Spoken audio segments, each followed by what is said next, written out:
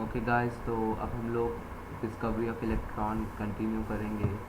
पहला वीडियो में कुछ छोटी सी प्रॉब्लम हो गई थी, इसलिए हमें वीडियो को थोड़ा जल्दी ख़त्म करना पड़ा।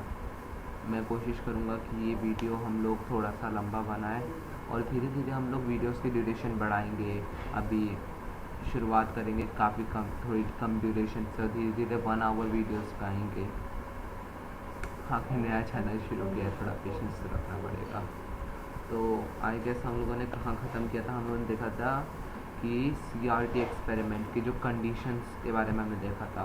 फर्स्ट कंडीशन क्या थी हमारे पास? लो प्रेशर ऑफ गैस, मतलब जो गैस हम लोगों ने ग्लास ट्यूब के अंदर डाली थी उसके मतलब प्रेशर काफ़ी लो है। और दूसरी condition high voltage. High voltage क्यों? ताकि ग्लास ट्यूब में से करंट ईजिली पास हो जाए। अब हम लोग ये देखेंगे कि कहाँ मतलब क्या क्या जे थॉम्सन ने ऑब्ज़र्व किया और क्या क्या रिज़ल्ट्स उसने मतलब जे थॉम्सन ने डिराइव करे और कैसे उन रिज़ल्ट से इलेक्ट्रॉन की डिस्कवरी। तो जैसे ही जे थॉम्सन ने एक्सपेरिमेंट किया, करंट पास किया, तो उसने कुछ चीज़ें ऑब्ज़र्व करी। एक चीज़ जो काफ़ी अच्छे से ऑब्ज़र्व हुई कि जो भी गैस होती थी वो मतलब उसमें ग्लो टाइप सा आता था। एक क्या आता था? ग्लो टाइप सा आता था। वो आप चाहें तो इंटरनेट पे चेक कर सकते हैं CRT एक्सपेरिमेंट के बारे में। उसमें जो ग्लो आता था मतलब तो आप देखेंगे कि एक लाइन सी बन जाएगी उस ट्यूब के अंदर, जो जो मतलब जिनको हम रेज कहते हैं। अब हुआ क्या, एक और चीज़ ऑब्ज़र्व करी जे थॉम्सन ने कि कुछ रेज थी जो अगर यदि कैथोड से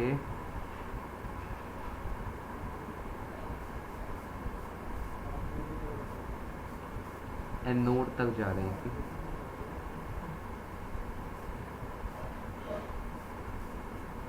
क्या कर रही थी? कैथोड से एनोड तक जा रही थी कुछ रेज। अब जे थॉम्सन ने इन रेज को क्या नाम दिया? कैथोड रेज नाम दिया।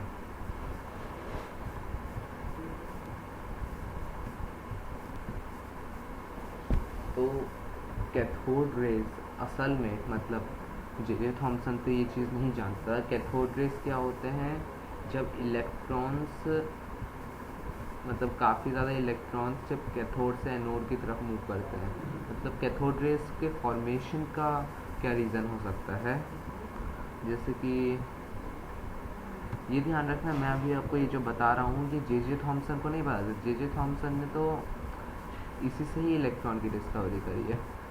मैं आपको ऐसा बताता हूँ कि हम लोगों ने जितना 9th और 10th में पढ़ा है कि जब भी हम कोई भी सर्किट बनाते हैं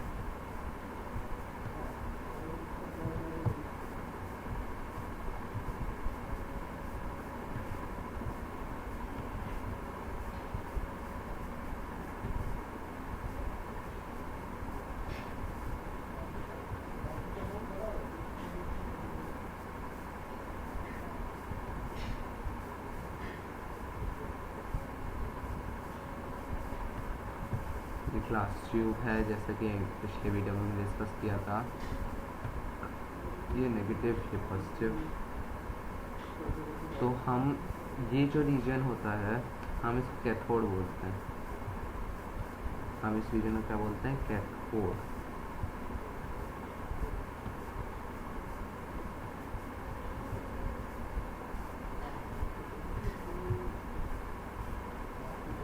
CATH कैथोड।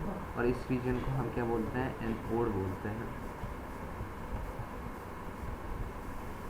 ये हमने 9th और 10th दोनों क्लासेस में डिस्कस किया है, मतलब पढ़ा है कि इलेक्ट्रोलाइसिस में हमने कैथोड और एनोड के बारे में काफ़ी देखा था। मेटल की रिफाइनिंग में हमने काफ़ी इसके बारे में देखा था। तो जैसे कि हाँ, इलेक्ट्रिकल सर्किट्स में भी हमने वो पढ़ा था कि जब भी हम लोग किसी भी सर्किट के अंदर से करंट को पास करवाते हैं तो जो इलेक्ट्रॉन्स होते हैं positive terminal of the battery से negative terminal of the battery तक जाते हैं।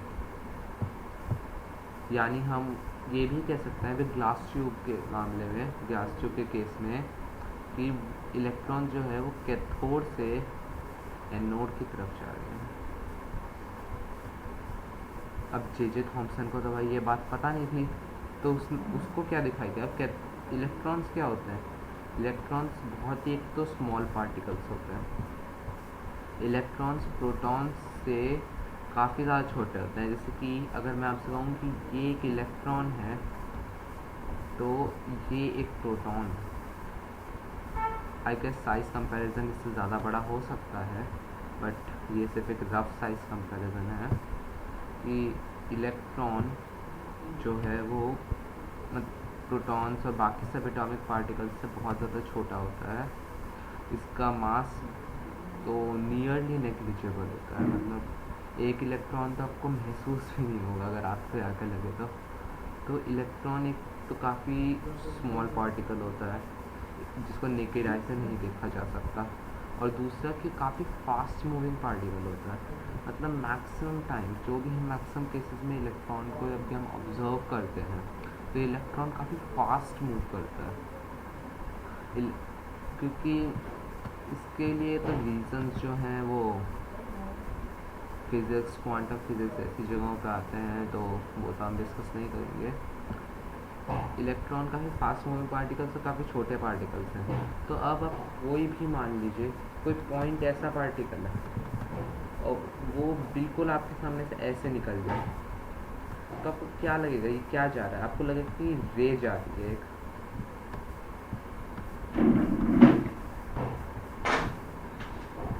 तो जे थॉम्सन ने भी यही ऑब्जर्व किया।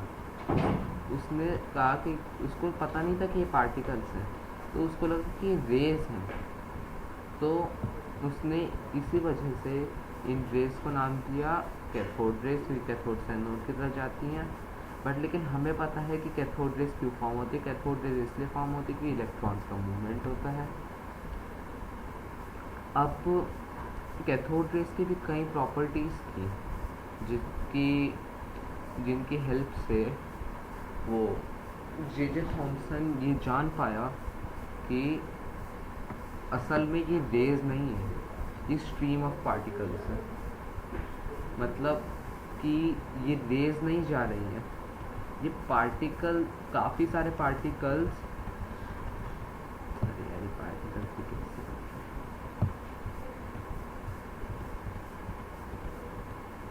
ये छोटे छोटे से पार्टिकल्स हैं जो इस तरफ मोशन कर रहे हैं, लाइक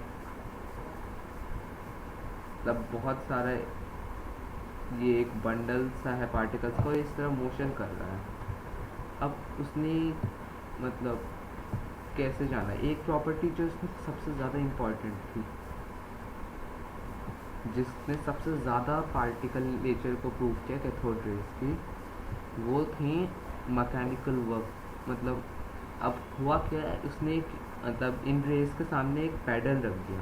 अब पैडल कुछ घुमाने की चीज़ होती है, ये मान लीजिए एक साइकिल के पैडल टाइप का ही उसने एक पैडल रखा। अब क्या होता है कि जब ये रेस पैडल को स्ट्राइक कर रही थी, अब ये स्पेशली ऐसे टाइप का पैडल था जो बहुत ही कम फोर्स में भी मूव हो जाता है, कि अगर वो उस नॉर्मल पैडल रखेगा तो अगर ये पार्टिकल से बना भी होता तो भी शायद तक ये पैडल मूव नहीं करता। बट ये स्पेशली उसने कोई ऐसा पैडल चुना। तो जब कैथोड रेस इस पैडल से टकराई तो ये पैडल मूव करने लगा। अब ऐसा कैसे हो सकता है?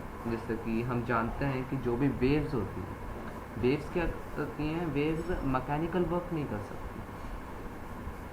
वेव्स एनर्जी ट्रांसमिशन कर सकती हैं, बट मैकेनिकल वर्क, जैसे कि पैडल को फोर्स महसूस होने लगा इस साइड। इसका मतलब क्या हो रहा है कि कोलिजन्स हो रहे हैं, कोलिजन्स का अकरेंस हो रहा है। और कोलिजन्स किसके बीच में होते हैं? कोलिजन्स मतलब पार्टिकल्स के बीच में।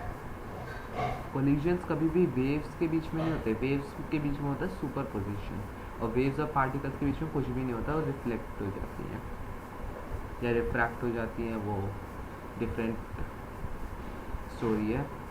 बट लेकिन जब भी कोलिजन्स अगर होते हैं वो पार्टिकल्स और पार्टिकल्स के बीच में होते हैं, तो ये इस प्रॉपर्टी की वजह से जे थॉम्सन को ये मतलब पता चला कि भाई ये तो कोई वेव तो लग नहीं रही यार, ये तो पार्टिकल्स हैं, मतलब स्ट्रीम ऑफ पार्टिकल्स हैं। और भी इसकी कई सारी इंपॉर्टेंट प्रॉपर्टीज़ हैं कैथोड रेज की, जैसे कि मैग्नेटिक फील्ड और इलेक्ट्रिक फील्ड के इन्फ्लुएंस में कैथोड रेज की डायरेक्शन बदल जाती है। अब ऐसा क्यों होता है, वो 10th क्लास में जब हम लोगों ने इलेक्ट्रिसिटी और मैग्नेटिज्म चैप्टर पढ़ा था, मतलब magnetic effects of electric current chapter पढ़ा था, तो हम लोगों ने देखा था कि इलेक्ट्रॉन मतलब जब करंट कैरिंग वायर के बगल में कंपास रख दें तो मतलब करंट कैरिंग वायर के एडजेसेंट अगर हम कंपास रख दें तो कंपास में डिफ्लेक्शन होता है। अब इलेक्ट्रिक फील्ड और मैग्नेटिक फील्ड से मतलब मेरा कहने का मतलब क्या है, ये मान लीजिए कि जो भी एरिया होता है, मतलब जैसे कि मैग्नेट, कोई भी मैग्नेट है, अब इसका एक एरिया होगा जहाँ तक मैग्नेट का इन्फ्लुएंस होगा, मतलब ये एरिया वैसे तो इन्फानाइट होता है, बट लेकिन काफ़ी दूर जाने के बाद, काफ़ी ज़्यादा डिस्टेंस जाने के बाद ये नेग्लिजिबल हो जाता है। तो इसका भी एक एरिया होगा, एरिया ऑफ इन्फ्लुएंस होगा। उस एरिया ऑफ इन्फ्लुएंस को हम लोग क्या कहते हैं, मैग्नेटिक फील्ड कहते हैं। क्या कहते हैं, मैग्नेटिक फील्ड कहते हैं।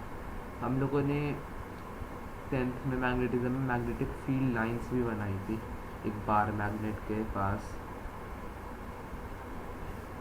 अब यहाँ पे ड्राइंग अच्छी तो बनेगी नहीं, आपको पता है।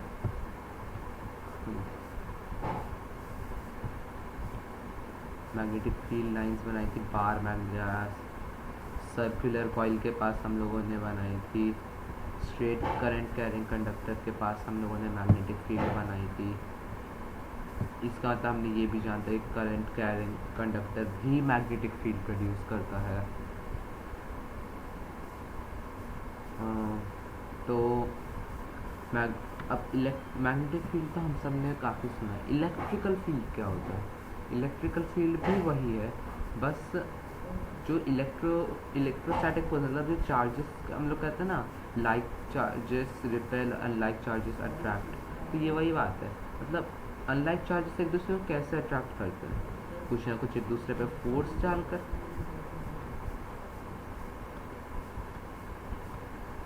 तो वो जो फोर्स है उसके लिए भी मतलब ये चार्ज किसी और चार्ज पे फोर्स डालेगा, वो भी एक एरिया ऑफ इन्फ्लुएंस में डालेगा, ये चार्ज भी एक एरिया ऑफ इन्फ्लुएंस में डालेगा।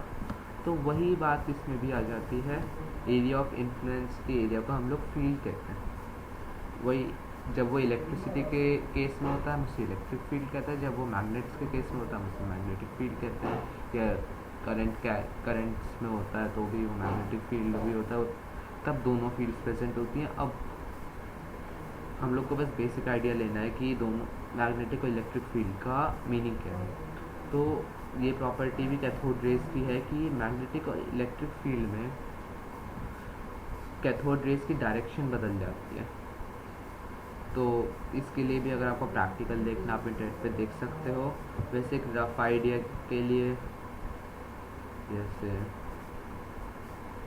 ये कैथोड रे जा रही है, आप इसके आसपास कोई मैग्नेट लिया उसके काफ़ी क्लोज, तो वो हो सकता है कि वो फील्ड ऐसे मतलब वो रेज ऐसे जाने लग जाएं, वो रेज ऐसे ऐसे होने लग जाएं, तो इनकी डायरेक्शन बदल जाती है। अब इनकी डायरेक्शन क्यों बदलती है वो तो हम जानते हैं कि इलेक्ट्रॉन क्या होते हैं, नेगेटिवली चार्ज पार्टिकल्स होते हैं। तो इलेक्ट्रिक फील्ड आने पर तो इन्फ्लुएंस होगा ही होगा क्योंकि चार्ज है। अब कई बार सोचते हैं कि मैग्नेटिक फील्ड लाने से क्या फ़र्क पड़ेगा। मैग्नेटिक फील्ड लाने से ये फ़र्क पड़ेगा कि जो करंट होता है, करंट क्या मैग्नेटिक फील्ड भी तो प्रोड्यूस करता है। तब मूविंग इलेक्ट्रॉन्स यानी मतलब करंट ही तो है यार। तो मूविंग इलेक्ट्रॉन्स से करंट जनरेट होता है, उस करंट से मैग्नेटिक फील्ड जनरेट होती है, तो इसलिए मैग्नेटिक फील्ड से भी इस पर इन्फ्लुएंस पड़ता है। और भी कैथोड रेज का प्रॉपर्टीज़ हैं